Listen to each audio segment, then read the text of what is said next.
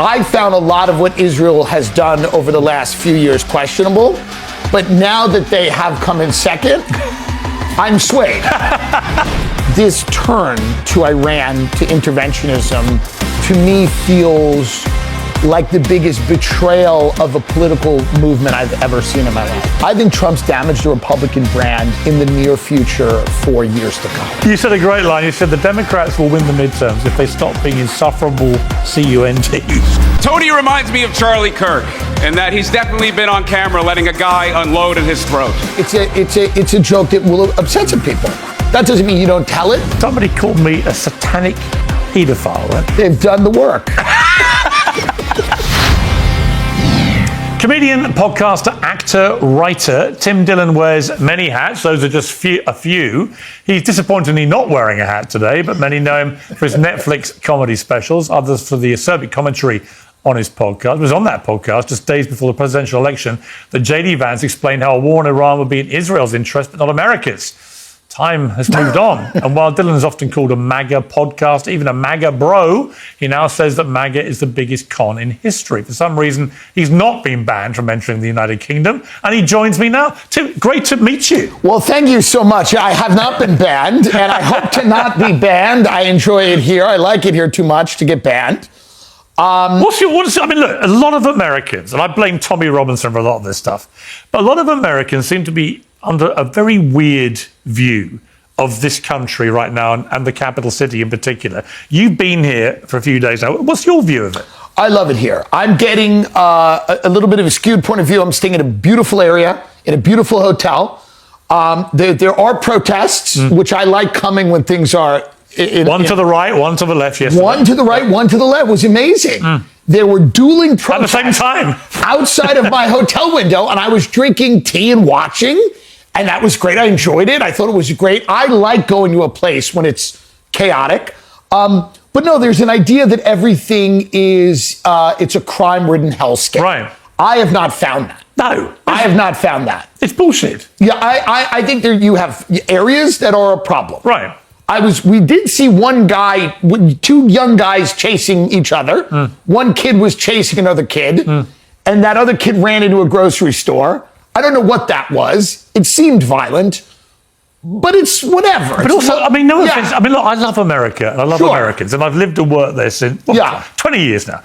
And we both have a place in LA, and we both spend a lot of time in New York. The idea that somehow London is more crime-ridden in great American cities like LA, like New York. No, you don't have crime the way that we have crime. Right. I think what happens is when somebody gets a watch stolen. Yes. Or something happens, it's in the paper immediately, and people react to that. Obviously, it's wrong. Nobody should have their watch stolen. But, like, I think you're not dealing with the crime the way we... I mean, I've driven through your quote-unquote bad areas. Yeah. They're lovely.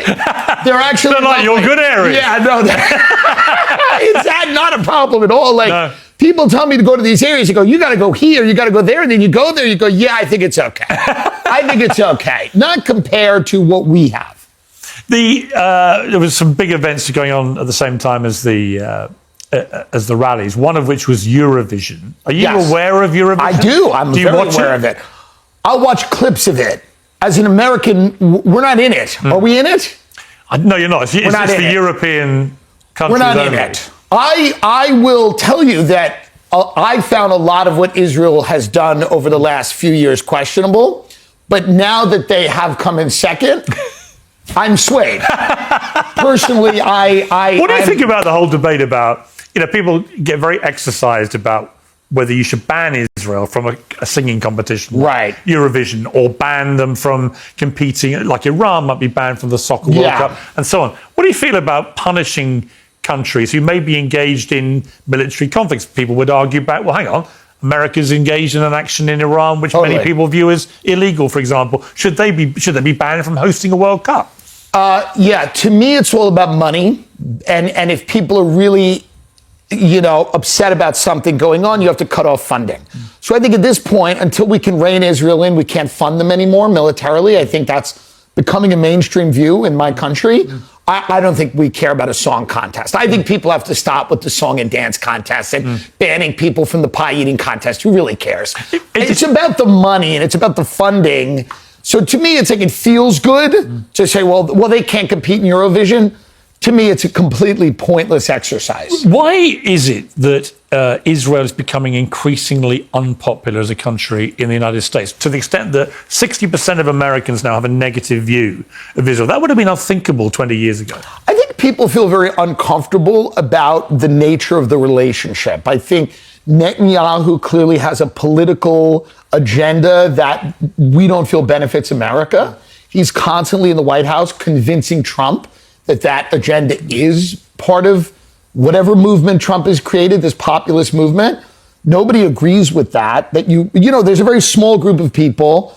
And one of Trump's best ideas, because I grew up during the Iraq War and Afghanistan, was that we should stay out of unwinnable foreign conflicts and focus on the economic well-being of the American people.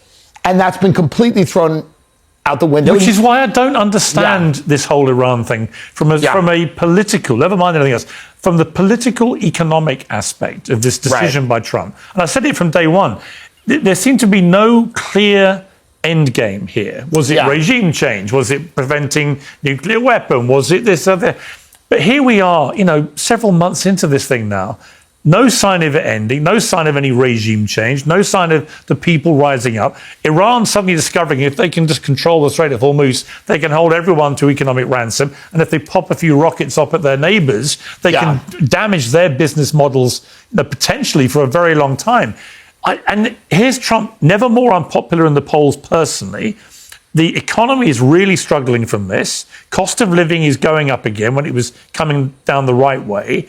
And he's got midterms in November. And you think, none of this makes sense to me. None of it makes sense. I feel as if he thought he had to do it. And for whatever reason, people can make up their own mind. Do you think that was pressure from Netanyahu? I think it was pressure from Netanyahu. Yeah, I do. I would say that that's a pretty rational way to think about it. I don't believe that Trump thought this was in America's best interest. I think he was kind of convinced one way or another to enter the war without a plan. I mean, you know, the article in the New York Times with Jonathan Swan and Maggie Haberman, they're great reporters. You have, you know, the chairman of the Joint Chiefs of Staff. You have CIA. You have people going, this is not going to be easy. And we probably cannot affect regime change. But you and basically saying the Israelis oversell, Mr. President. That's what they're doing. And they're talking to Trump like a real estate developer from New York. They're saying to him, they're overselling. They're using us. All of the words that should have popped in his mind and went, right. We are being, you know, dragged into this. But he still went ahead and did it. So I don't know. I think he regrets it now. I think he regrets it now. And I think he thought it was going to be like Venezuela or like killing Soleimani or any of these things. And also, when you get into Tim, you know, yesterday he made another post where he's talking again about annihilating everyone in Iran. Yeah, it's too much. It's like, that's number 6 times. Too much. It's the boy that cried wolf. It's the emperor with no clothes. If you're not careful, for the president of the United States to keep threatening Armageddon and then nothing happens. And then we don't want to put him in the box where he actually does something insane. Right. So by saying this, we go, well, you're crying wolf. We don't want to press him. No, I agree. We don't want to do that. I'm looking at him. And I agree with you. I've known him a long time. And I'm looking at him thinking he now knows he's got to get out of this. But extricating the United States out of this is not easy. No, I think he just should threaten them for the next 3 years. Threaten every couple of months. Just keep pushing it. Keep kicking it down. Keep threatening. You know what? It's actually not a bad strategy. It's a great strategy. Annihilation's coming. It's all over soon. You won't have air to breathe. Whatever he's going to do, keep truth socialing it. Keep saying it. Don't do it. But I think that's the strategy. What's been your Trump journey arc from when he was, you know, doing The Apprentice? I was on it, won it with him, to then becoming a politician, then winning that 2016 election, then I think coming out and then winning again. I think there's the mass migration of people from one place to another is the biggest issue of our time.